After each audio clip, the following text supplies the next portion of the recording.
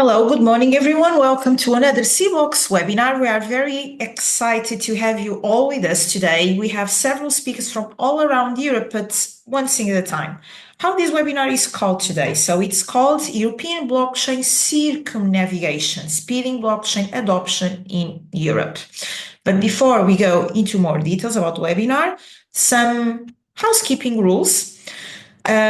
So one thing we'd like to record you is that to remind you is that this webinar is being recorded, okay? And both the webinar recording and the presentation you'll see today will be made available on the official webinar page within 24 hours. If you want to pose any question to our speakers, you are able to do so. So you only need to use the question and answers interface you have within Zoom, and our speakers will reply to your questions in a convenient time. Another point is that we'll invite you to pay attention to the chat box, where we'll be including there some links and other important information which is relevant for this webinar. So now we are on the same page. Let's go straight to the webinar. So who do we have today? So the aim of today's webinar is to provide an overview of what different European players are doing in order to support the adoption of blockchain technologies in their work lives and in their daily lives. So as you may know, CBLOX is dedicated to this cause to support blockchain standardization. But today's webinar, the focus is a little bit different, and we want to know what else is happening out there.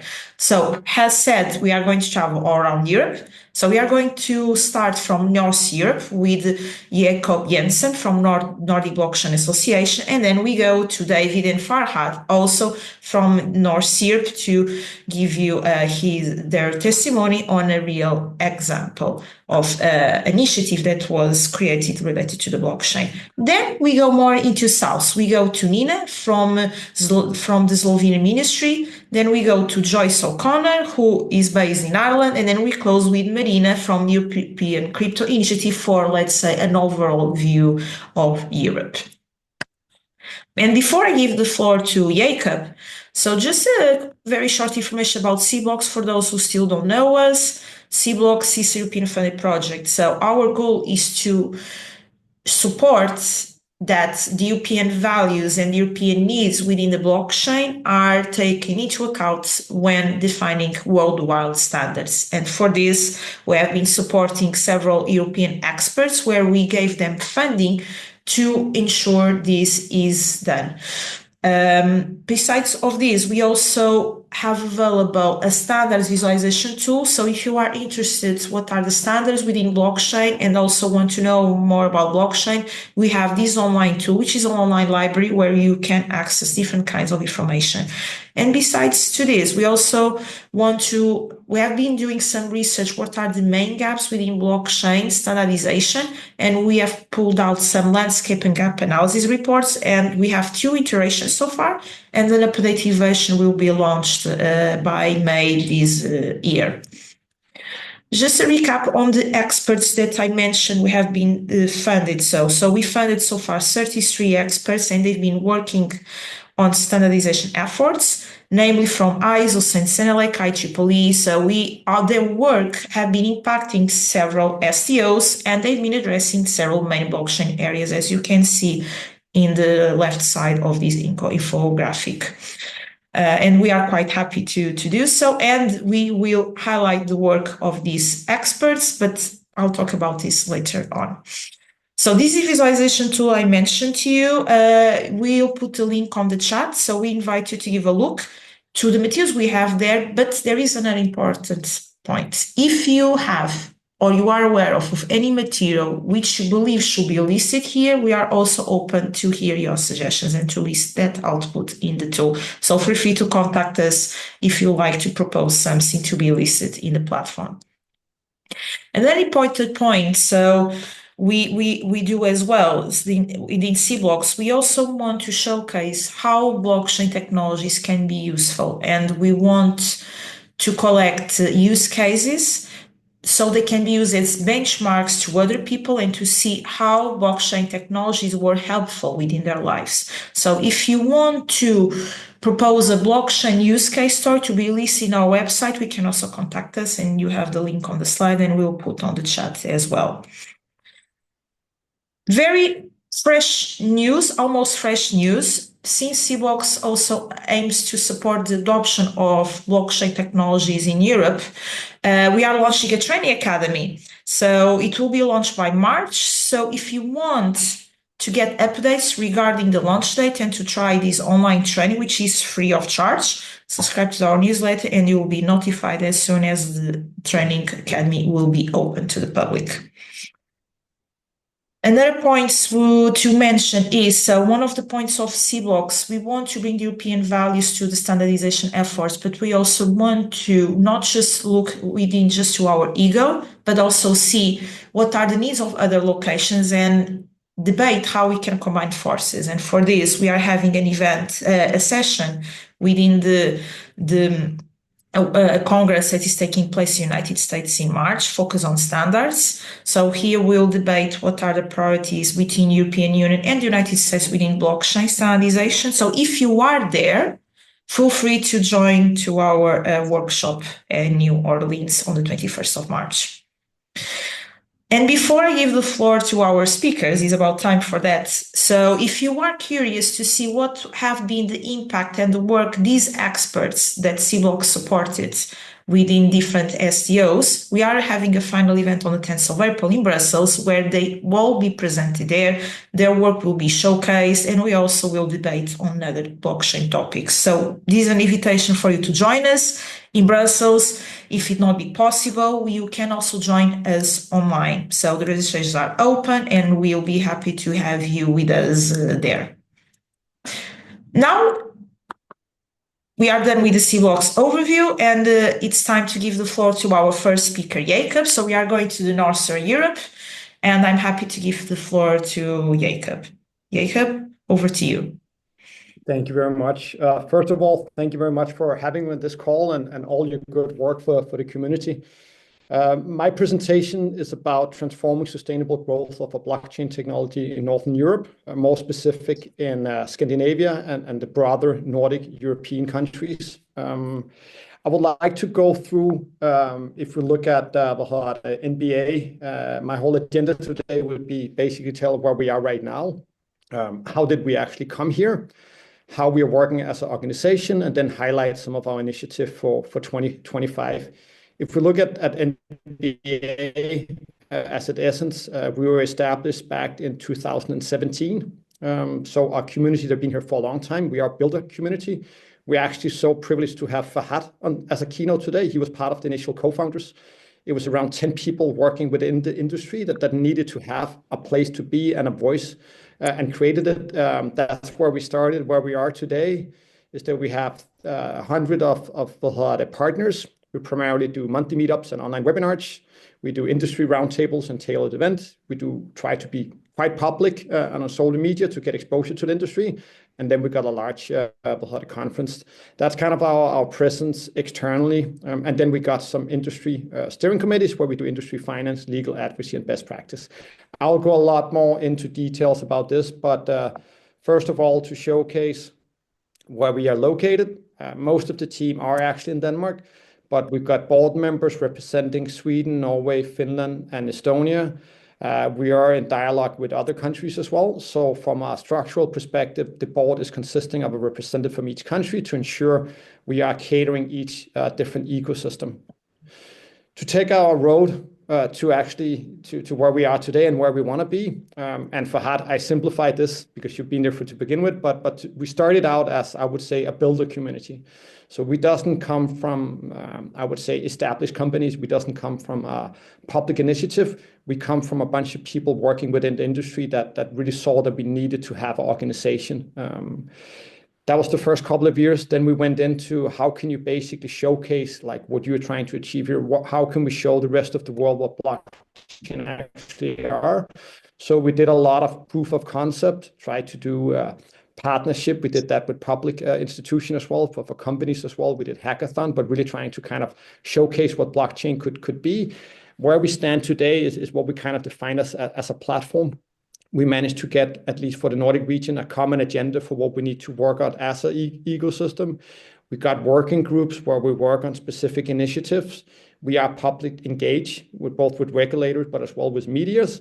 And then we really try to keep the community driving. So we still have these meetups and our conference. Where we want to be is that we really want to be the gravity point. I want to say the gravity point means that this should be the one place for everyone to go. So if regulators, medias, or companies want to understand something about blockchain and want to be part of the ecosystem, they should come to us. And I think it's important to state we are structured as a nonprofit. That means it's basically the members who own the organization. The members vote once a year for the board.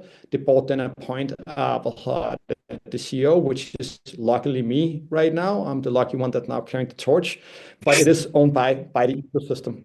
The way that we work with partners, and I think this is where we have kind of taken a specific take, is that we want to make sure that we are engaged with all the relevant people that we think is relevant to kind of change the public opinion towards blockchain. That means we need to partner very close with blockchain companies and Web3 companies. So that means we have members across the region, but as well, we try to connect with the rest of the world. We do that through our steering committee, which I'll go a little bit more into details.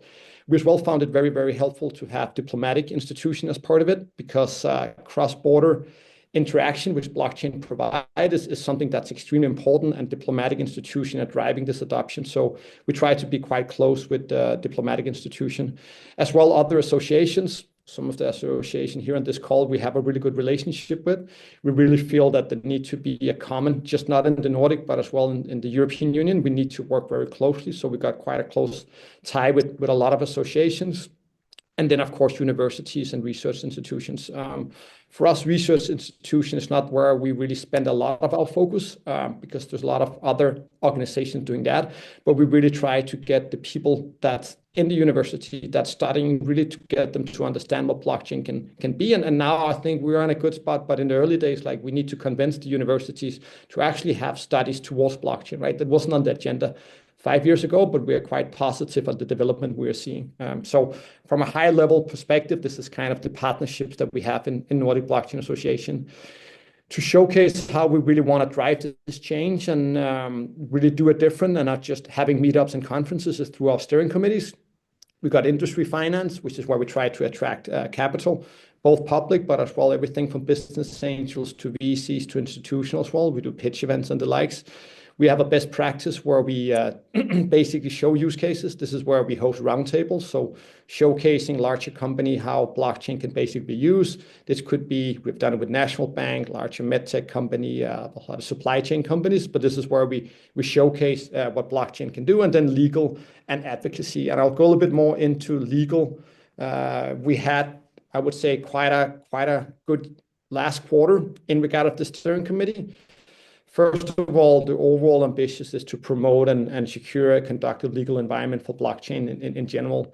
We have been working in these working groups to basically make sure that EU level directive is understood from a regional perspective. We have a lot of focus on MiCA, of course, but as well trying to understand international standards. But I think what we've been really successful with is how can we basically educate local government bodies. And we had a situation just here in Denmark as an example where there was a report and I would say as close as a law as it could be that basically would kill the blockchain industry in Denmark. And through our working group, we managed, I would say, almost overnight to unite 30, 40 experts from the blockchain industry that could provide insight data on suggestions on, like, first of all, what is blockchain and all these different things, but as well suggest different other ways of implementing a legal framework. And we actually managed to get a meeting with the Ministry of Tax and the Minister of Tax and a roundtable with all the relevant parties. And they actually listened to us and actually halted the legislation, which would have been devastating. And we're now in close dialogue with them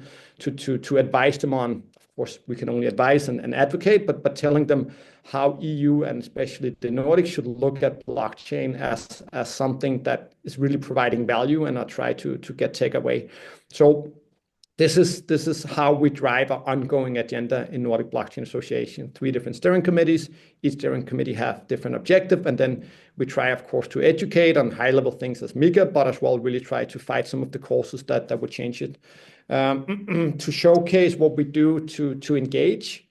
We want to engage within the ecosystem, meaning we want to make sure everyone working in supply chain or working in the metaverse or stablecoin, they know each other from a Nordic region perspective. So we try to host these meetups. As you can see, this is just a recent one we had. We had 6 where we're driving it. Some of them we're driving it, but we want to co-host as well. As you can see, if we just, everyone around, I presume at this call, we can all agree that blockchain is great, right? But that's really not going to change anything. So we need to advocate and educate. We do that by co-hosting. We were actually in Davos, where we co-hosted and was part of some side events down there. We have done something on audit, which again was with audit firms. So we really try to not just unite the Nordic existing ecosystem, but we'll really try to engage with the let's call it establishment and as well other industries. And we see by having a very clear thread on steering committees and actually being very proactive there, being something that really does a difference. And just to highlight, like in this year, we have done yearly conference now for 7 years. And this year is going to be in Stockholm. And each year we're just adding on top of it. Last year we were 600, 700. This year we're going to be 1,000. So it's a really positive sign that more people want to attend these conferences, and our focus on creating long-lasting values just make it a lot more stickier from an event perspective. And just to give you an idea from a conference perspective, like it's not just the Nordic, right? Like we're not succeeding if we're just creating a really strong Nordic ecosystem, right? We're succeeding if we manage to get European companies to join as well. So actually 35% came from European countries, not including the Nordic region, which for us is quite a big success. And then 10% from outside of Europe, which could be more, but still the important part is that 45% was company not within our region, which we feel quite happy about. If we look into some of our initiative, right? So kind of our, let's call it modus operandi, is to ensure the ecosystem got a clear agenda. We do that through our steering committees. We make sure the community engage with each other, but the rest of the industry, we do that by meetups and co-hosting things. But some of the initiative we really are focusing on 25 to get to the next stage, which we kind of define as the gravity point, is of course we're going to keep on working with the steering committees, but we're going to focus a lot more with cross-regional partnerships. Some of the initiative is that we want to make best practice for governments. Like a lot of government institutions, at least in the Nordic region, have no idea about blockchain and the impact and what it can be used for. So we're working on cross-border synergies and creating, it's called template or how-to for governments. As well, we are interacting a little bit more from a global perspective to figure out how the Nordic can play a crucial role. The next thing that we're doing, which is new this year, is that we're doing an industry data report. So from a high-level perspective, there's no data on how many companies that's actually working in blockchain in the Nordic, and as well from a consumer perspective. I know I'm running a little bit short on time, so I'll speed a little bit up.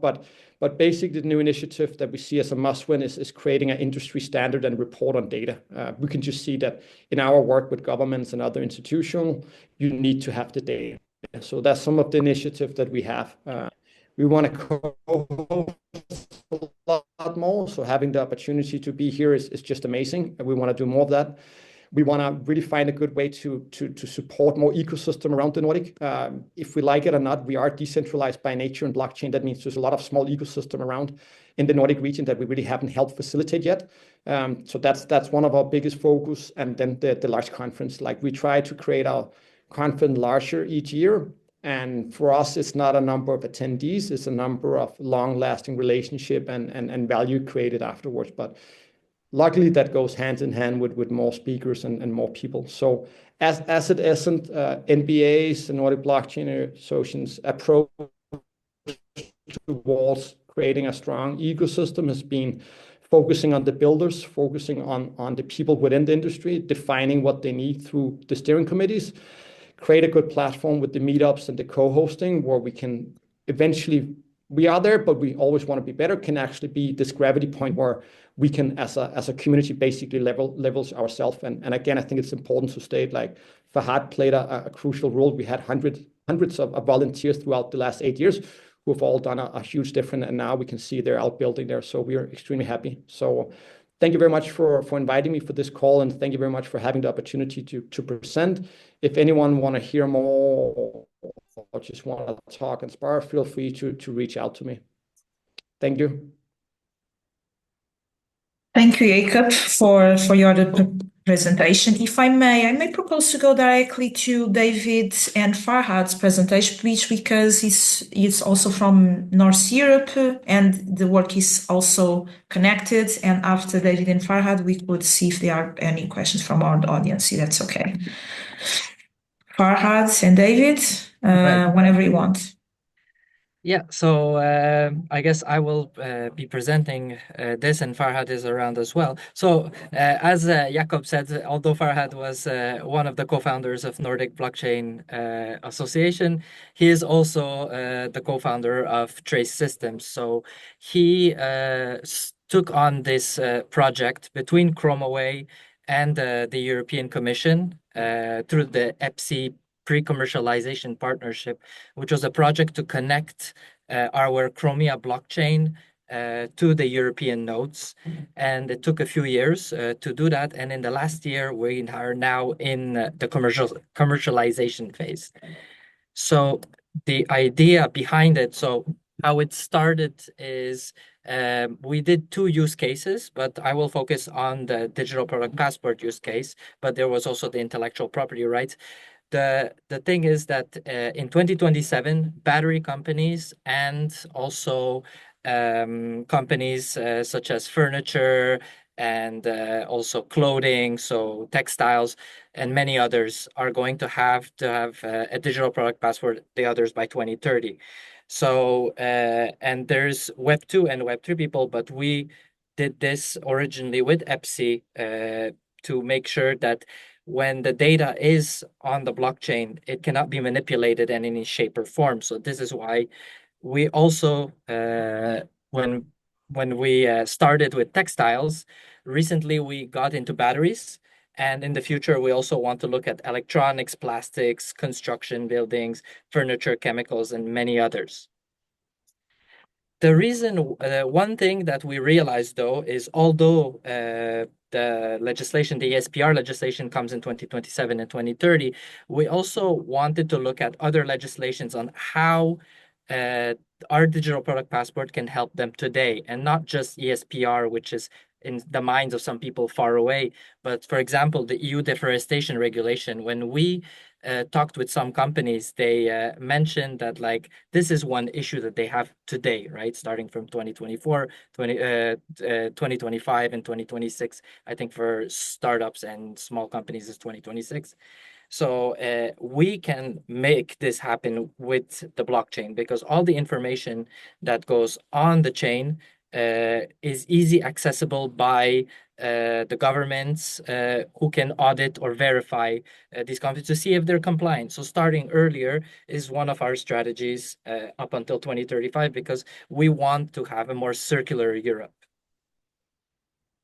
So to your left, that's the decentralized app that we co-developed with the European Commission, so with EPSI, and we're connected with the self-sovereign identity, the European self-sovereign identity framework, leveraging decentralized identifiers, electronic identification, and ensure the privacy while enabling secure verification. And like you see now, it stopped the video. The good thing about this is that there's a product journey, right? For example, in textiles, you start with the cotton, basically the raw material from the cotton that then turns into yarn, and then fabric, garments, and then it gets further within the value chain up until it gets either recalled, sold on the secondary market, or just recycled and upcycled. So in today's market, consumers demand transparency and sustainability, while e-regulations are reshaping industry standards. We see, obviously, that in the US, there's a different approach. I think blockchain is going to speed up the way we see the technology, especially now with AI being integrated within the Internet of Things and blockchain. And it's just going to become a very, like a strong ecosystem that's going to help this circular economy. So for better or for worse in some parts of the world, the way they see it. But us in Europe, one thing that we work on is this this digital product passport ensures that we fix complex supply chains with limited visibility. There is a rising waste and low recycling efficiency, struggles with regulatory compliance, inefficiencies with transparency and traceability, lack of data. I think that's one huge issue is asymmetry. When you look at asymmetry, is that one person has some information that another doesn't have, and having it on the blockchain makes it easier for everybody to have access to that information. Obviously, one of the requirements of the European Commission was to ensure that we encrypt basically sensitive data, and that's what we have done. So we only information that needs to be public is available to these people, just to ensure we protect trade secrets and other of that sort. The way it works, the DPP, when you look at it, is that the manufacturer basically produces it, and then they have to validate the raw material and what they've received. Then the moment it gets to logistics or retail or consumer or the circular economy, the circular facilities, they all have to then create this journey as you saw previously. So why the Chromia blockchain? So the reason why we built it on the Chromia blockchain, first of all, it's ChromaWay's blockchain, but why we connected it to EPSI is that it enhances scalability. So Chromia combines relational databases and blockchain technology, which makes it easy to query information. It is EVM interconnected, so it can go cross-chain. We don't have transaction fees, as they call gas fees when you look at the blockchain world. Proven track record. So our ecosystem is strong because we've done things like, I believe it was the land registry in Sweden. That was one of, I think, ChromaWay's first projects. We're in gaming, we're in finance, we're in real world assets of tokenization. So ChromaWay as an ecosystem and its blockchain has a lot of use cases, and we have continual improvements with new upgrades such as integration of AI, advanced analytics, Oracle integration, and to have more data accuracy and security. So our latest use case was within the battery sector, where the OEM, which is Instagrid, who is located in Germany, they put our digital product passport on the battery. So when we did it, we just tested it on the market. Later, we made Battery Retour, which is from Norway, collect those batteries and then pass it on to Kling Systems, which is a secondary marketplace. And in the context of this pilot, they were also a recycler just for pilot purposes. So you could also scan this QR code to read more about it. And finally, you can also scan this QR code to have access to exactly what you saw in the first video, is why trace systems and why blockchain. So just to wrap it up, blockchain is good because there is no one point of contact failure, so of servers. In our case, because we are more scalable and we're like we are a relational database, it's just easier to then query information, while other blockchains, sometimes they have congestion and some issues. But I don't want to just talk about that. I just want to make sure, to explain that blockchain as a technology is something, regardless that it's with us or with someone else, because there's so many different use cases for different things, like music industry and others, which also some of the people within the PCP project of the European Commission have done. And yeah, that's all from my end. Thank you so much, Jakub and David. I didn't engage into the presentation just to have a smooth transition through the slides. But thank you so much, David, for a great presentation. Just I want to share with you some final remarks that we have, besides DPP is our core product, but at Traced we have a bigger mission to kind of help these businesses towards their sustainability measures and goals. So it's not only a product, but it's an ecosystem. So we are engaging different players to our system and enable them to interact. So that's one of the core competencies of our product. Besides that, our DPP is a sidechain-based product solution, which is super flexible towards different needs, requirements from industries, clusters, and we are able to adopt just in a short period of time for different clients and their towards their requirements. And the last and but not the least is that we are kind of connecting it to incentivization programs and tokenomics. So this is one of our core differentiators from the other players. And we have some bold initiatives around it, so we'll announce it soon. So stay tuned, and if you have any questions, please share with us. Thank you.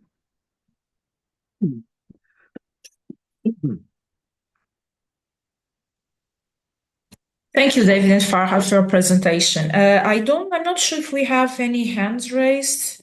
I don't see any question in Q&A section. So maybe before we go to Nina, I'm kind of curious. So for Jacob about the blockchain association, the Nordic Blockchain Association, I'm curious. So you have several goals and priorities, but what will be the most important one? Let's say for the next 2 or 3 years. And then for David and Farhad, one thing I noticed in our presentation, you gave examples from the fast fashion industry of the clothing supply chain. And I'm curious to know which are the business sectors who could benefit a lot from digital product passport, but they still not became aware of the potentiality and the competitive advantage they can get from that. So I'm not sure, maybe we can start with Jacob and then we go to David and Farhad. Yeah, I think it's a really good question. I think for us, what we're looking into is there's different components that need to happen, right? Like you need to have a really strong ecosystem that's working together. You need to be able to interact with the rest of the world. And then actually, I would say the most important part would be you need to have industry data. So to be honest, like if we should just do one thing, it should just create a report that's showcasing, like in Denmark, the ministry wasn't even aware how many people actually had crypto, right? Like their numbers was off. Like and we luckily had the numbers. That means they didn't understand the adoption from a consumer perspective, right? Because they just listened to the medias. Right now, it seems like there's around 1,500 companies working with it, and from a public opinion, they think it's maybe a couple, right? So I think, like, of course, we want to achieve a lot more the next couple of years, but I really think for blockchain in general, we really need to showcase what the industry can be used to, right? So really have Trace as a good example, have them out and say you need to solve ESG reporting, right? Like this is a new focus, right? And you need to have reliable data. Blockchain can solve it, right? Like, so I think we as a community, we really need to showcase these use cases and show this is a large, vibrant industry. We didn't manage to do a ChatGPT, right? Like that's the best use case for AI. Now everyone understand it, right? Like, and blockchain haven't managed to do it yet. So I think for us is getting the data out there and really highlighting the impact blockchain can be done and not financial gain and not meme coins and NFT. They have their right in the ecosystem, but that's not from a let's call it from attention and then from focus. It's the wrong thing that's getting the attention historically, and we need to change that. So I think the report, we stand at working groups and cross-border and meetups is, but for sure industry data and what you're doing right here, highlighting use cases is as important. Okay, quite clear. And I really like your example, like for artificial intelligence, we have ChatGPT, everyone understands the benefits of it. We need to have an equivalent for blockchain. So that was a very nice way to put things in the table. Yeah. Thanks, Jacob, for your comments. But no, David and Farhad, what your thoughts about the question? What do you have to say? Which business sector users should embrace digital product passport. And you're on mute, Farhad.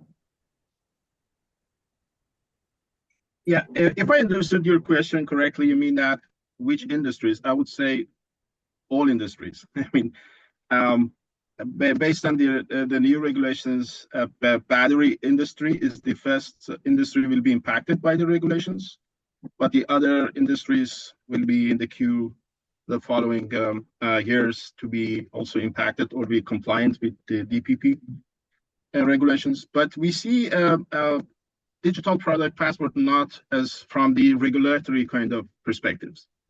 I think it can solve a lot of problems in the businesses, especially with these other, as David mentioned, other regulations, ESG reporting that are is a mandate for many of the businesses.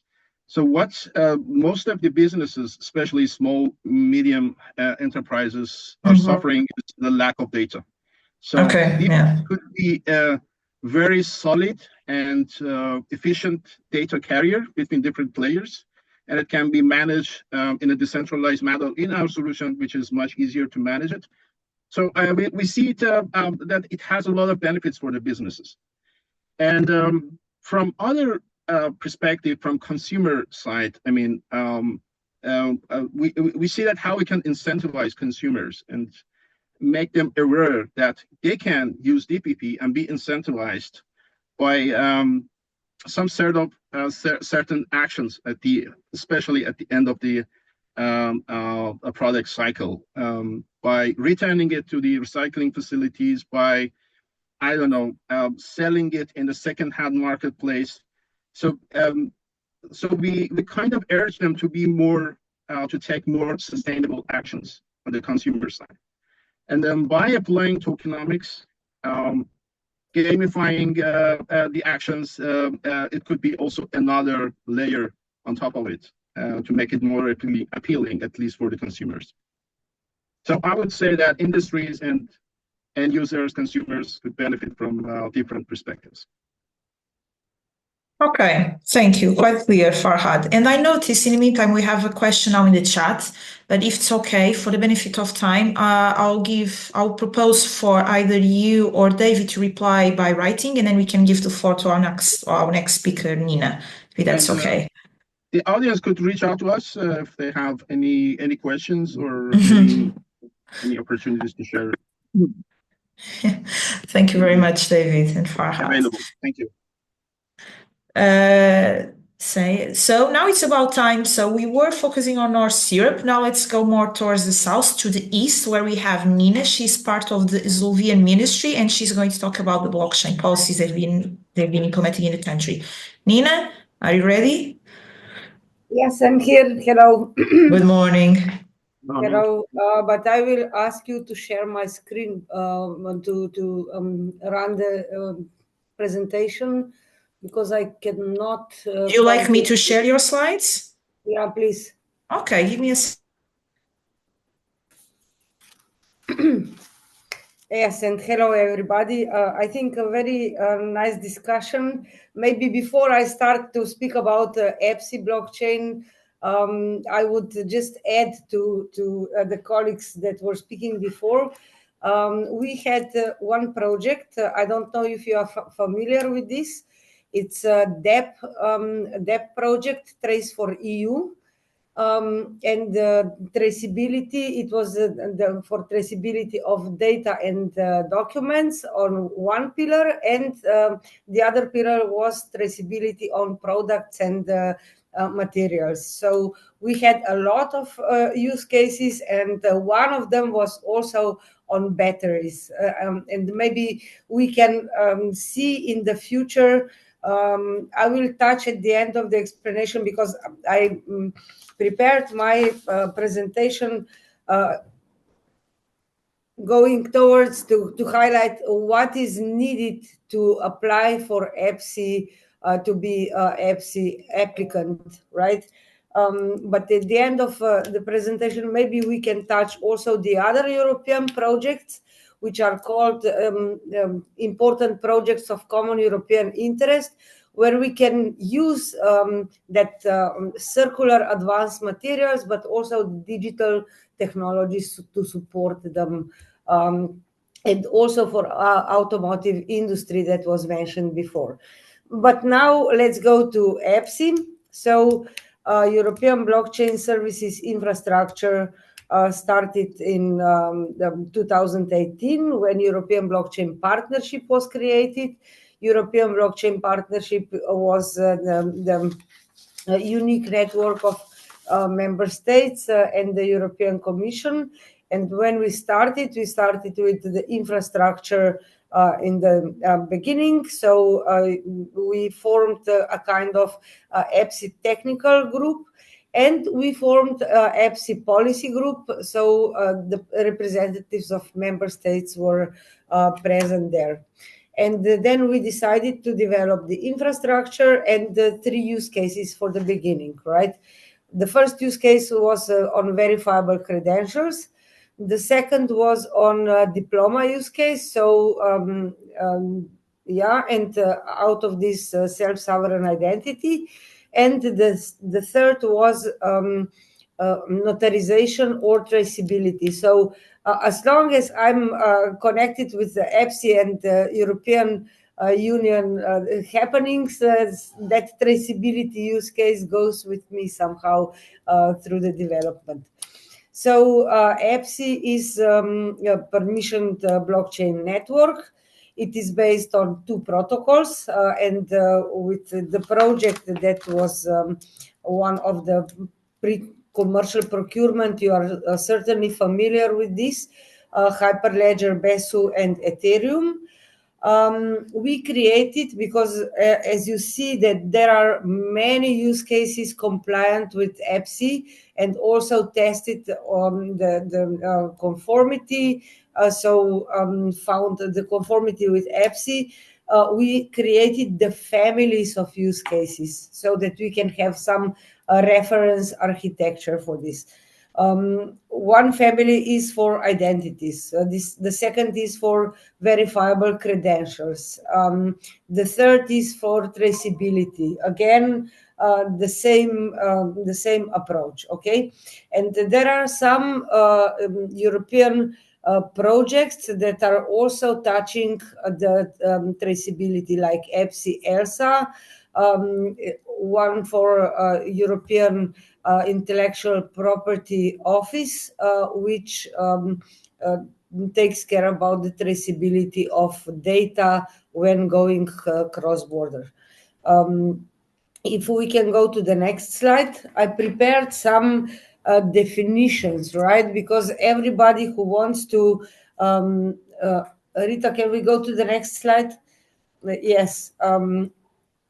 If we want to go or to onboard the application on EPSI, we need to be familiar with certain definitions. So first, about the compliance. Compliance means that process of assessing systems or projects or performance to ensure their compliance with the security standards. And with the regulatory and technical elements. Further, EPSI application service provider, you heard the use case earlier, so this can be labeled like application service provider, and it can be natural or legal person who provides one or more services to end users in EPSI network. Making available a digital wallet, which is implemented in a mobile app. Then what is EPSI network? Means the network of distributed EPSI nodes. You are probably familiar that with this, that the central EPSI installation is in Brussels, but in the member states, we have EPSI nodes that are run by countries, by governments, by member states, by universities, or by private companies. They comprise public permission blockchains and distributed ledger database. If Rita, you can go to the next slide, please. Then we have here EPSI node. I just explained what is EPSI node. So it functions via 3 IPs. For example, member states, we received 3 IPs that we needed to connect with. We needed to ensure that compliance with the technical and regulatory standards. And from the side of the government, we also needed the permission to enter into the public or governmental cloud and into the governmental network. EPSI Ledger. EPSI Ledger, it's also the term that is usually used for communication, and it means a tamper-proof electronic record of data. If you see eIDAS regulation, there is no blockchain-like term, but there is electronic record, so we can find the very direct and straight connection with eIDAS regulation here. And this ledger is providing authenticity and integrity of data, which it contains the accuracy of date and time and their chronological ordering. Then we have the last part of the definitions. If we can go to the next slide. So EPSI use case. We heard about one use case, means that a cross-border digital public service or process. What is end user? End user is a natural or legal person, which is using the service provided by an EPSI application service provider. One of the terms which you will have to be familiar with is the validator node. So this is an EPSI node which is in charge of guaranteeing consensus of the network and the block generation. Then the last term is a trust framework. This is for use cases, and it means the set of rules and policies that rule interactions between system entities, including management responsibilities and sharing of information. If we go to the next slide, this is just a structure so that you can have the feeling how many layers EPSI has and how they communicate and operate. So I would go from the third one. This is in the bottom. This is the core infrastructure layer. It is composed by 3 sublayers. The last one is the pure infrastructure layer. Then you have the second or the middle one. This is the layer for the smart contracts, then for distributed storage and things like this. And then we have the third sublayer. This is layer for APIs, for DID APIs, wallet API, and so on. So this is the core infrastructure layer.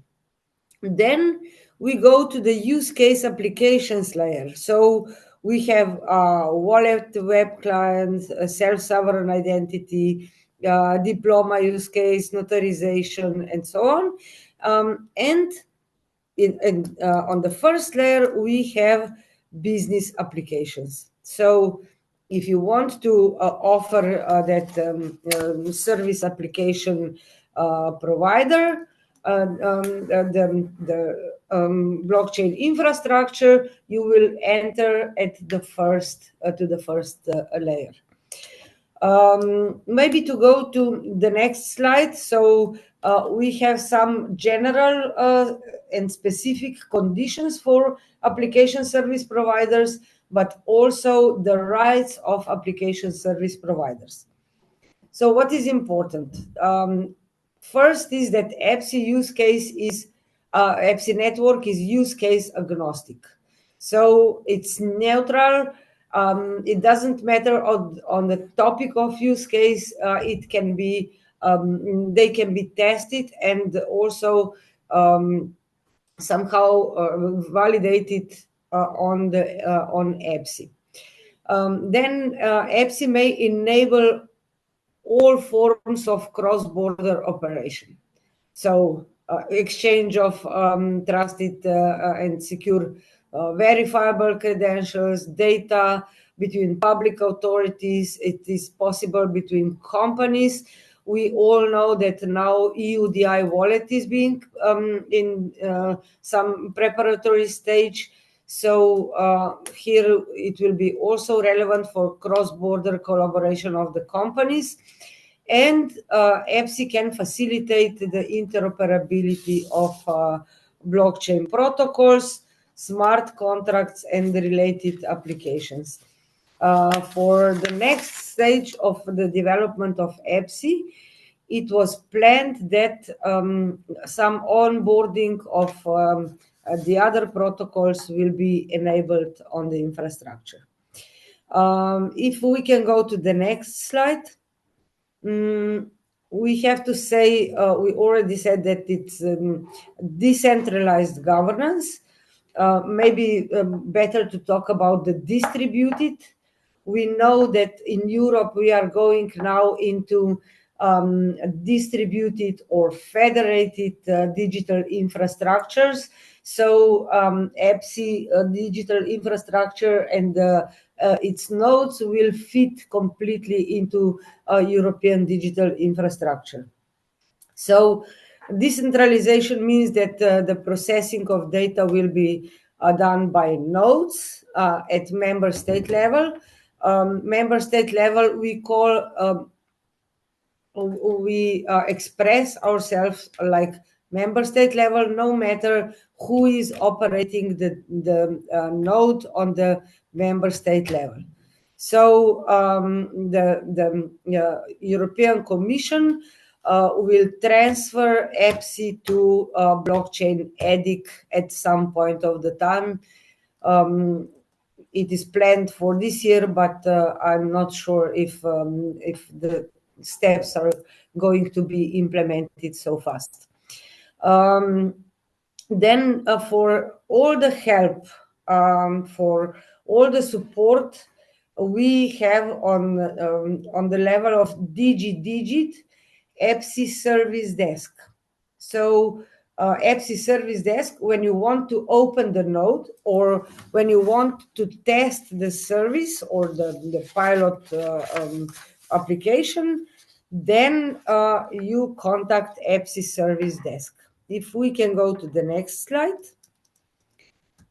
You see EPSI Service Desk provides the support for that European Blockchain Partnership members. So there is no more European Blockchain Partnership, but now we have EDIC. But still, we have nodes in ex-European Blockchain Partnership member states. So this service desk provides this support to service of services in development and deployment of EPSI, EPSI node operators, and EPSI service providers. They are providing specifications, they are providing software, they are providing support, testing services, enable access. I have to say that now in the preparation of service level agreement, there are quite tough requirements. So if you want to open the node or test the use case, you will need to fulfill some requirements that are foreseen within that within that protocol. So if we go to the next slide, we have here EPSI application service provider obligations. When you get in touch with that service desk, they inform you what are the obligations of application service provider. So first, both the regulator and the validator node operators need to have the permission to operate on EPSI node. It includes the hosting of the ledger, deployment smart contract, and application programming interface, which allows for the information to be stored on the ledger. Then the second thing is that the regular and the validator nodes expose a set of services on the internet that can be used by a EPSI application service provider to provide the service to end users. Then the third thing is that services may be used like EPSI application service providers to retrieve the information that are stored on EPSI network for their end users, or submit the transactions and things like this. Okay.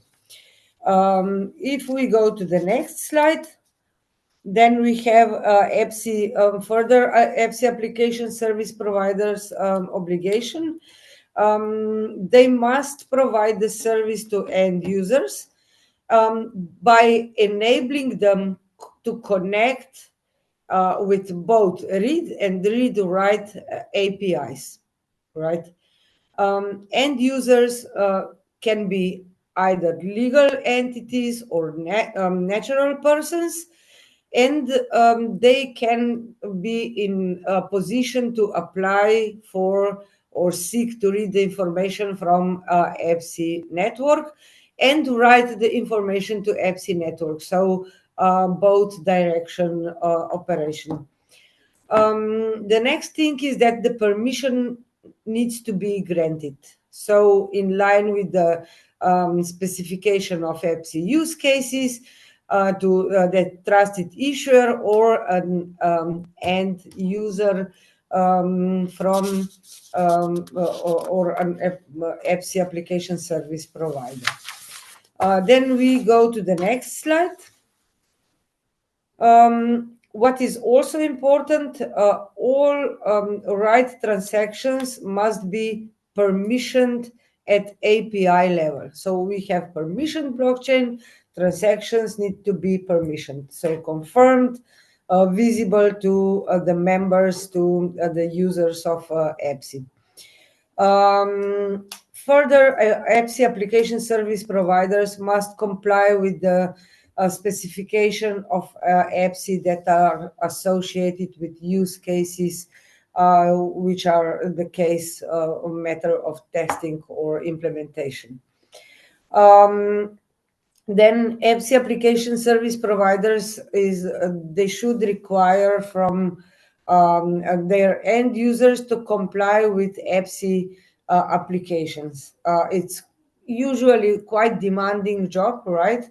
But at least they need to have the equipment to digest all the transactions and the data, and they need to have the knowledge so that they can somehow come with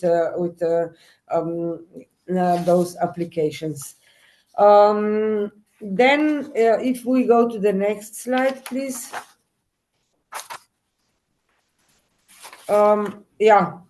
So when we are using EPSI network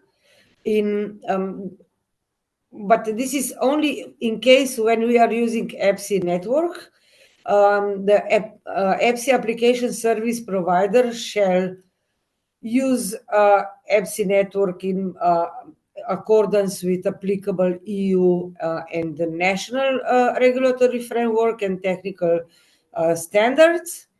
Then when requested to do so, they should provide the service desk information, not even more EBP.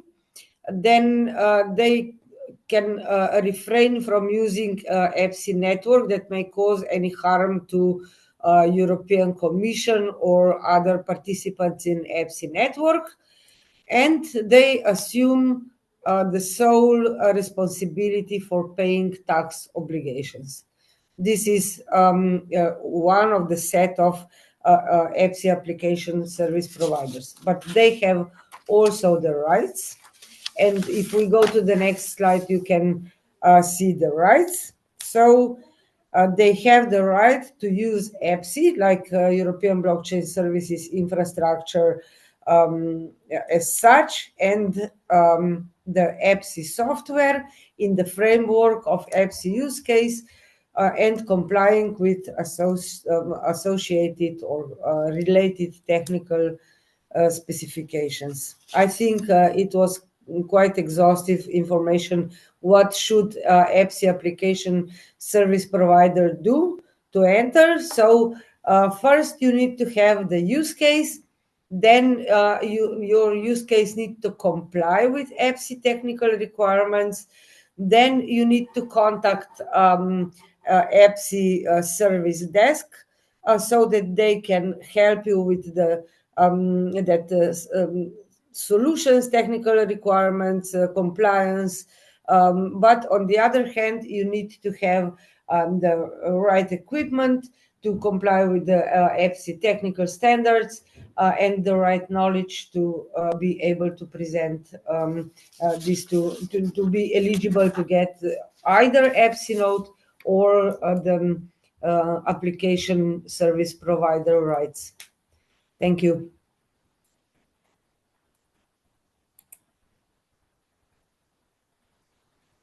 Thank you, Nina, for your very nice presentation, which was, it brought the policy point of view into the topic of blockchain. I'm going to give the floor. We have a question on the chat from Ismael Arribas. So Ismael Arribas is also one of the CBlox experts, and he also part of INATBA, which is the International Association for Trusted Blockchain Applications. And Ismael was asking, so the question disappeared. A regular node can act as a validator node. Yeah, in fact. A regular node is not necessarily the validator node, right? The regular node can be just to run the application, but the validator node, it is very much connected with trust service provider. So if you have the validator node, it can be used for validating the data and to show that authenticity of the data. And it is one of the nodes that you show that you have the possibility or you are authorized for validation. It's additional function that can be provided, added to a regulator node. Yeah. Right. Thank you very much, Nina. I was wondering, so before giving the floor to Joyce, so maybe those use cases, when they are consolidated, we could also provide further visibility within the CBlox channels. They are quite nice, the use cases from the network you are trying to create. So we can touch base on that. And thank you very much, Nina, for being here. Now it's time to give the floor to Joyce, who is from Ireland. So we go from East to West Europe. And Joyce will bring a different kind of topic to this presentation. Let me see if I'm sharing my screen and if you can see Joyce's presentation. I think everyone can see. Okay, Joyce, over to you. No, are you muted, Joyce? We cannot listen to you. Sorry, thank you. I'm just saying thank you very much. I'm delighted to be here today. And listen to our fellow panelists, Jacob, David, Farhad, and Nina. Just over the years, you've seen how much blockchain has become more established, integrating what developments have been made. But what I'd like to talk about, because a lot of the work that has been done has been on this national, global level and with industry. But really what Block W is about, if you can move on to the next slide, is about making technology, making blockchain technologies more inclusive for women. Blockchain or Block W was founded back in 2008. And I know over the years we've worked with Nina and other colleagues as a female network. It was set up a network. The women involved were in communication, law, education. Some were developers, government ministry, and civil society. So it was a wide range. And what we were concerned was that blockchain was becoming more relevant, particularly looking at its applications. And we wanted to see how could women become more involved. We established it in 2023 as a not-for-profit organization, creating the governance, a steering committee, an academic advisory board, and ambassadors. And I suppose if our mission, if you'd like to move to the next slide, is very specific. It's to close the gender gap in the tech and digital areas. So while we're focused and have been focused on blockchain, we've also included other technologies like AI, IoT, cybersecurity, robotics, quantum computing, and obviously Web3 and the metaverse. So we've been involved in that general sense. And now, particularly today, we're looking also at the digital economy and the uptake of that, of digital and the importance of that. You can move on, Rita, if you could, to the next slide. Sorry, the next one again, sorry. That's our mission, as I close the gender gap. As you say, it's quite different to what we've been talking about. If you could move on to the next slide. Thank you. And the numbers here speak for themselves. I just pick out, there's 13 gaps here, quite a range of areas. So the gaps in technology are not just about skills. They're about employment, occupational segregation, representation, equity, the pay gap, the retention gap, promotion gap, culture gap, work-life balance, mentorship gap, and founder gap. But I just look at a number. If you look at schools, 9% in Ireland, 9% of females, girls, take 2 subjects, STEM subjects, as distinct from around 38% of young men. In terms of one subject, girls take 30% of girls take 1 subject in STEM, as distinct from 75% for the boys. 21% of women have a degree with STEM. The unemployment, only 21% of women are employed in the STEM area. Interestingly enough, even with that, retention for women is much lower. 45% of women in that area, in these other things. And if you look at leadership, only 5% of women are in leadership roles. Rita, can I ask you to move on 2 slides, because they can look at the detail of those again. So I know we're stuck for time. And on to the next one, and the next one again. If you could move on to the next one. Yeah, so how do we achieve our mission? I thought it was interesting in the other presentations, everybody has focused on partnerships, strategic partnerships and advocacy. We feel that's very, very important. There's nothing really that we do without a partner, and we're very focused on advocacy, and I'll go back to that in a minute. We showcase female role models and leaders in our events and in our presentations, whether they're on webinar or in person. And we undertake research, because what we found is there's a lack of evidence-based work, particularly in relation to women and girls in tech. So if you could move on to the next slide, Rita. So what about partnership and advocacy? Everybody again has focused on the importance of working with industry. We work with the blockchain industry, but we also work with other industry to alert them to mainly the applications of it.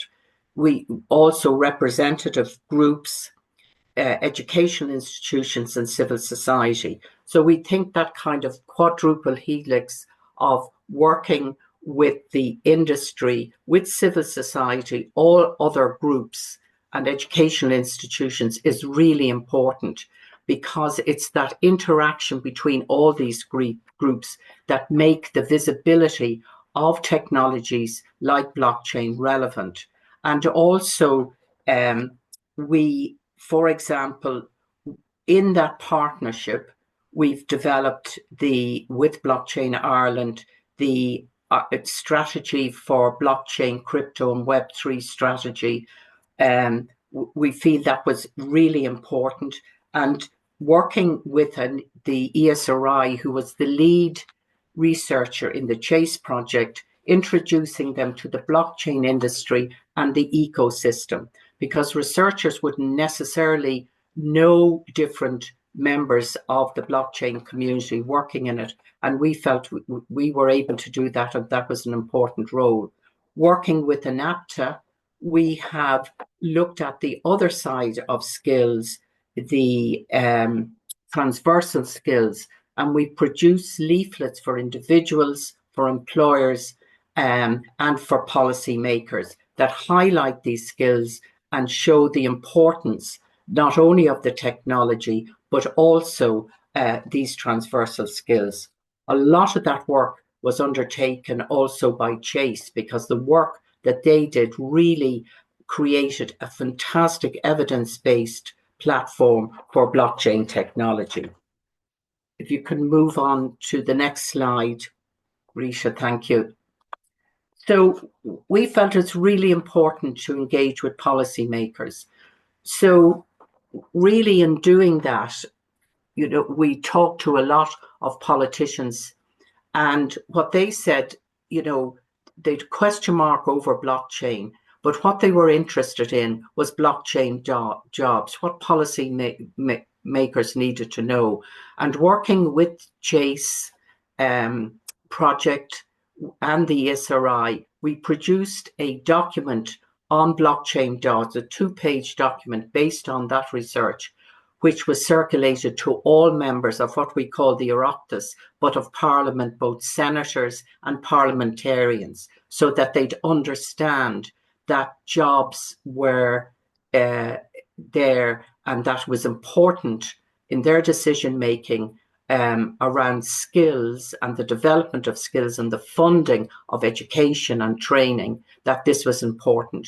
We also made submissions to the committees of Parliament on further and higher education, research, innovation and science, to show them what was required. We also, I think, importantly, introduced them to Irish companies, blockchain companies. ATech, an amazing company that was established in 2015, and one was the first to provide aid to Syrians in Lebanon, and have won numerous awards from the UN, from IMF, but also was the IBM Startup of the Year. ATEC's a very interesting company. There was an interesting company called Downstream Beer, who said they were the world's first blockchain beer. and they, with a QR code, you could see from barley to bottle. So that was about supply chain. And I know you know Fiona Delaney is one of your experts on from origin chain, also on supply chain. What was important there was showing politicians and getting them to meet industry, to see the importance of what they were doing and how they were applying it in particular cases. If you could move on to the next slide, Rita, thank you. Showcasing female role models and leaders. It is very difficult to target women in the workplace. And so we've done that by working in partnerships with the Institute of Bankers in the financial sector, where there's a high percentage of women. We run a series of webinars. We include men, of course, as well as women, but we always try to have at least one female role model, both the moderator and speaker on these events, and they have proved very successful. They've also introduced that general financial sector audience to blockchain and other technologies. We've also started targeting senior cycle secondary schools, including girls and boys, who are 15 and 16-year-olds, getting them to look at these technologies, how important they are in their lives for the future. Of course, AI is very topical at the moment, but to see their understanding, taking up, studying, and becoming more aware of these technologies is important, because it's going to be such an integral part of the jobs in the future. Like a lot of countries, we have, migrants and migrant women. We are working with an NGO to start getting migrant women to, again, have access, understand, and be part of this digital economy. So we've started focus groups with these women looking to see what do they need, what would be the best way to deliver it, and how can it equip them in the workplace, where they will enhance their employment opportunities. We also feel that it's really important to recognize women leaders in digital citizenship.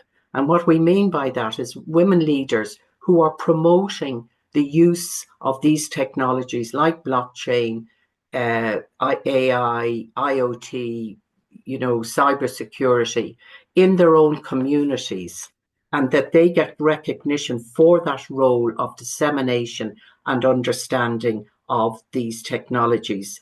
We believe that if you work in partnership with other people, it's possible then to have a link between the understanding and access and create pathways so people can take up these technologies. And our next slide, please, Rita. And on research, again, we're looking at research as an important evidence-based asset, so that policymakers and the industry will understand what's happening in the workplace. You may wonder, why will we look at parenting in a digital age? When we talk to communities, one of the main concerns, both of men and women, but particularly mothers, was the use of social media. So we've undertaken, with the Economic and Social Research Institute, a study on parenting in the digital age. And we're just finished that study. It should be published in April. And then working with them to create an intervention that will help parents guide their children to the use of social media. In terms of women in tech, we're just starting a study with the Economic and Social Research Institute on that gap.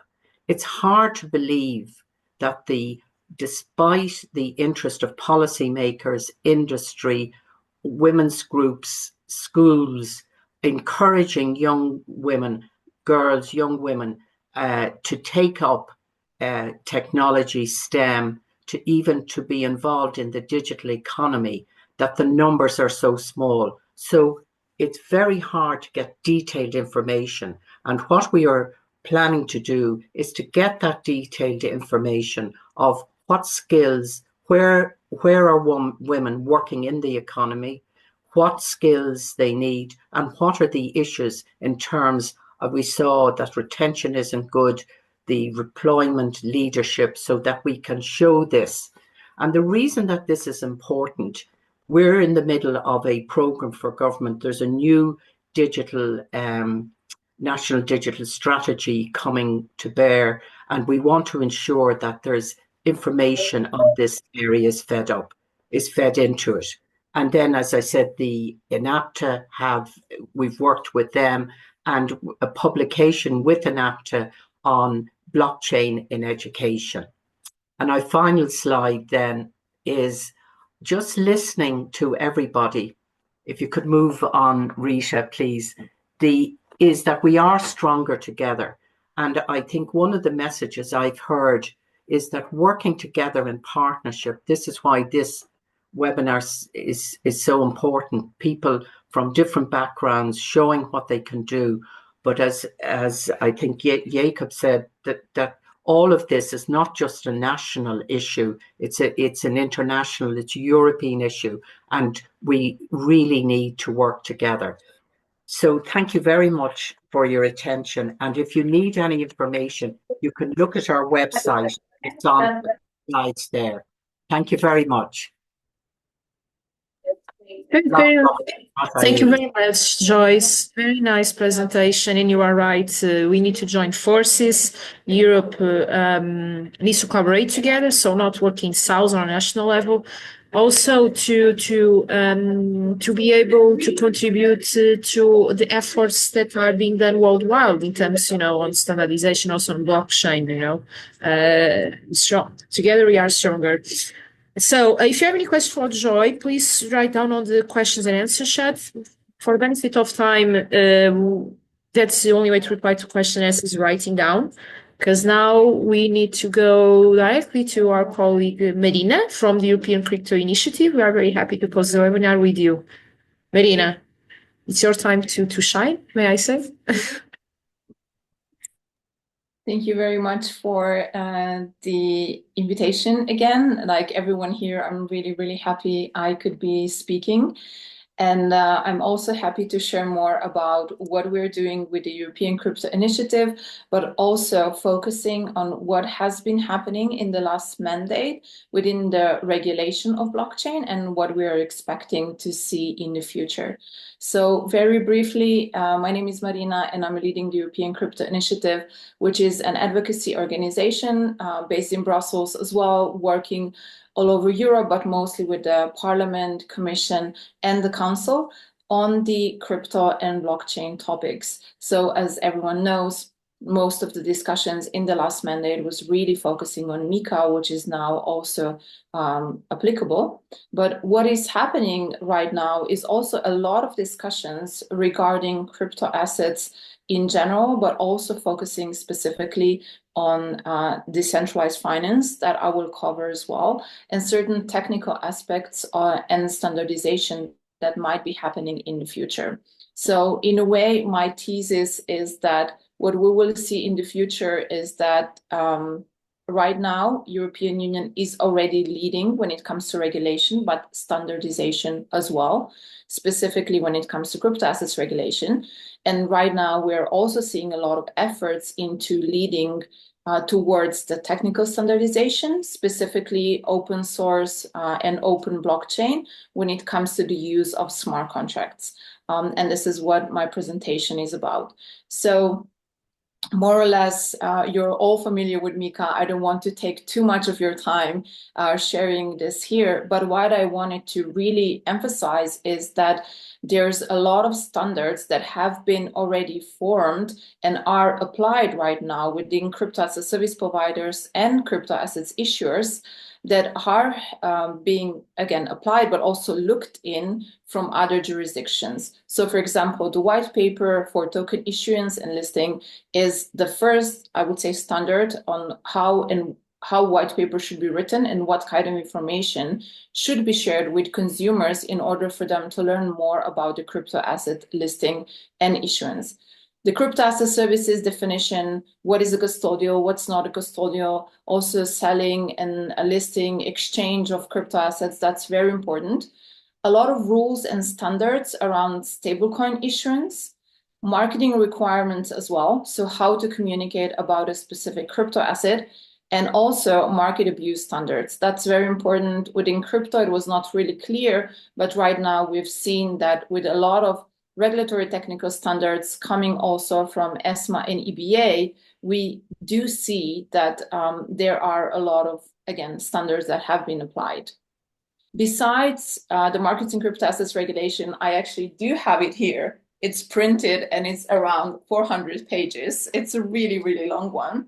We do have a lot of regulatory technical standards and guidance coming from the European Securities Market Authority and the European Banking Authority. And those are really interesting, specifically for the community that is following C-blocks. What is interesting is also that a lot of organizations and crypto as a service providers are following those rules at the moment, but they're also advocating for having those specific standards as international standards. So by Europe being first, we've seen that other jurisdictions might be adopting similar standards, because it is in the interest of the industry to have similar standards all over Europe, all over the world. The other thing that is also interesting is you notice AI has been very popular. There's a lot of AI tools when it comes to compliance, and those companies as well are negotiating for having unified standards all over the world, specifically because with the AI compliance tools, that could be much easier for companies to be compliant in many jurisdictions. And as we do know, blockchain and crypto as well it's a very global phenomenon. So that would be something that would be a very positive effect as well. So besides the markets and crypto assets regulation, there's been a lot of discussion around decentralized finance. As you've seen here, there's a lot of different applications around decentralized finance, decentralized exchanges, decentralized stablecoins, derivatives. Specifically, lending and borrowing in the DeFi ecosystem is very important as well. So what I wanted to share today is a specific part of DeFi that I want to talk about, and are the smart contracts. The smart contracts are automated code that is a part of DeFi. I think it's one of the really most important part, and it's really the technical part that is, I would say, like a block. When we're talking about DeFi, we're talking about building blocks, and we are composing those smart contracts together in order to finalize and to have basically an application for everyone to use. And what we also did first in Europe was to have a definition of a smart contract that is a part of a regulation. That one was from the Data Act, which is mostly regulating data. It's regulating the sharing of data and also asking and promoting in a way standardization and interoperability. But in that part, they also have written about smart contracts. They have defined smart contracts, and they have also defined some of the design rules around smart contracts, like, for example, robustness, self-control, termination and interruption, and continuity. So this part specifically is interesting because it is only one article in the whole Data Act, but it really is the one that is focusing on smart contracts and blockchain. I need to say here that this specific article is really written for a very specific use case when smart contracts are developed by external firms, and then other firms are using those smart contracts in order to share information that they are collecting. But as we know, what happens in law usually when we have the first definition of a certain phenomenon like a smart contract, it might be used in the future as well. So those are just few elements that we see right now, and there's no final things, no final regulation on DeFi yet. We're just exploring this area right now. So another very, I would say, timely thing was the report, the joint report from the European Securities Market Authority and European Banking Authority on the developments in crypto assets. This report was important because the European Commission asked ESMA and EBA to write a report on the status of crypto assets at the moment. What we have seen is that traditional finance, or TradFi as we call it in crypto, are using DeFi in a very small amount, only 4%. There's, of course, this is an estimation. It's really hard to have exact information like it was mentioned before, but we've seen that there's been not a lot of implementation of DeFi in the traditional industry, traditional financial industry as well. And one of the interesting points that were mentioned are, of course, ICT risks. Those are different in a decentralized environment, in an open source environment. And here, of course, again, they have mentioned the Digital Operational Resilience Act, or DORA, which is setting standards and requirements, of course, for how to manage ICT risks, conduct testing, etc. And those are, I would say, tests and requirements that would need to be implemented when a traditional financial institution is and would like to use DeFi as well. The other part that the, in a way, report that I mentioned issued and said was that the monitoring of DeFi is something that needs to be continuously done, and it is important. We need to look into assessing systemic risks as well, but also identifying early signs of contagion. And as we see right now, this is not happening at the moment. But of course, the recommendation from the Commission is to look into, again, the ICT risks, to look into the risks linked to anti-money laundering, but also to basically follow this phenomenon. But as we see it right now, is not very spread.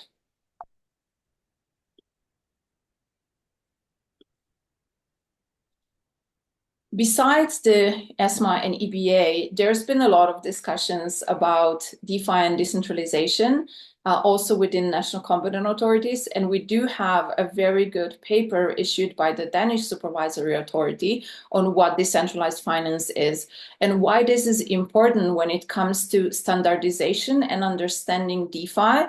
Is also because it is really one of the first times that we have seen a very comprehensive definition of what decentralization could be.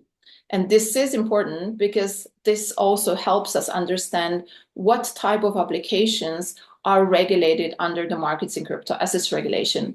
As you might know, a part of markets in crypto assets regulation is basically saying that the decentralized applications are excluded from the regulation. And this is where we've seen also on the graph that when the projects are decentralized, they are not in the scope of MiCA. And if they are centralized or semi-decentralized, they are already in the scope of MiCA. Again, this is one of the first and I would say most comprehensive document that we have seen globally on decentralization. And I'm sure that other jurisdictions, again, are looking into this paper and trying to understand if they do agree with it or if they would follow the same principles that have been described in the paper.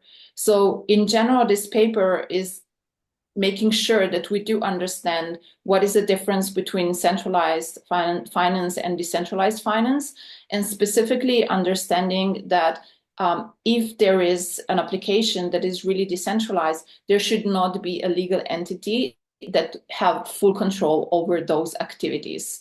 And in this case, they have been helping us with different principles, but this is one that comes back to what I've been discussing before on smart contracts. So when it comes to DeFi, the technical part is very, very important. And this is where we're discussing and going back to understanding the tech, specifically how decentralized smart contracts are, but also how decentralized blockchains are on top of which those smart contracts are being deployed. If I go back to MiCA, MiCA was very elegantly, I would say, ignoring this question because it was not that important. We have a definition of DLT in MiCA that is really, really broad. So it doesn't really matter that much what kind of DLT or blockchain are you using for issuing specific crypto assets. The thing that MiCA really regulates is the crypto asset usage, issuance, and exchanges, etc. Here, when it comes to DeFi, we're much more focused on the technical aspects. And I think this is also where technical standards will come into place and will be more important than what we have discussed again in the last mandate within the Commission. Another, and this is the last one, I know we're running out of time, but this is really the last paper that I wanted to share more on. It's also very timely. It was just published 2 weeks ago. It is a report from the French Financial Markets Authority and the Prudential Supervision and Resolution Authority. They have been published a paper around certification of smart contracts. They've been looking into that, and if you are interested and this is something that you're working on, you still have an opportunity to respond to this paper until the 10th of March this year. But what basically the paper says is that there's been ideas, they've been discovering, researching certain ideas around how to make the whole crypto ecosystem, I would say, safer, specifically on the technical side, when the smart contracts are used. And they've been discussing the certification standards, so how smart contracts could be evaluated and certified. They were looking into auditing methods, ensuring security, reliability, and transparency. And they were looking into the regulatory options. So should basically some kind of a certification standard be mandatory or voluntary? So for now, they have not really responded to that.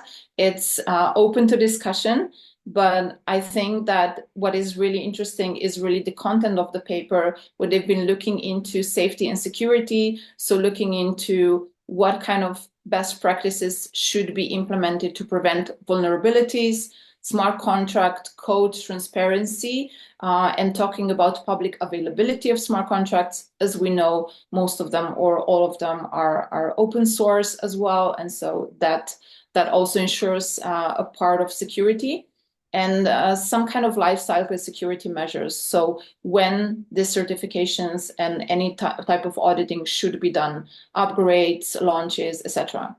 The other part is also governance and accountability. That is very important, specifically in the DeFi ecosystem, where governance could be a little bit more, I would say, complicated than other organizations that we are used to. And then services, compliance, and functionality. So they were looking into accurate documentation for the smart contracts, efficient service execution, and reasonable fees. As if you're working in this space, you do know that those fees could be really high. So if we want to make this system, I would say, useful, but also probably or maybe mandatory, we need to be aware of the fees, and we need to make it possible for companies to use the systems. So this is really everything that I wanted to share with you. Just to conclude, in a way, until now, we could see, and we have seen, that Europe has been leading the whole area when it comes to crypto assets regulation. Again, not only on regulation, but also when it comes to standardization, specifically with smart contracts and specifically with stablecoins, I would say. But in the future, as I mentioned, also within DeFi, it really does seem that we have issued, and we have been issuing within Europe, some of the first ideas, principles, and papers around the new discussion on how to make this blockchain smart contract technology safer for us to be used. Thank you. Very interesting. Thank you very much, Marina, for the presentation. Very nice. Several documents indicated. Maybe we could list them in the visualization tool. Would be relevant, I would say. I'm aware the webinar is a little bit over time, so I appreciate all of those that are still here with us. Thank you very much. If you have any questions to the speakers, feel free to drop us a message. I'm very happy to put you in touch with all of them, if you wish. And would like to just to briefly mention that if you are interested, we already have a date for the next webinar, which will be in 1 month's time. It will be focused on blockchain smart contracts, and we'll be happy to have you there with us. It will be a 1-hour webinar. In that case, I think we can close this webinar. Thank you very much for those who attended, to our speakers. Very nice presentations, different topics that were discussed here. And we wish you a very good rest of the day. Thank you very much. Thank you. Thank you, everyone. Thank you very much. Bye now. Bye. Thanks. Thank you.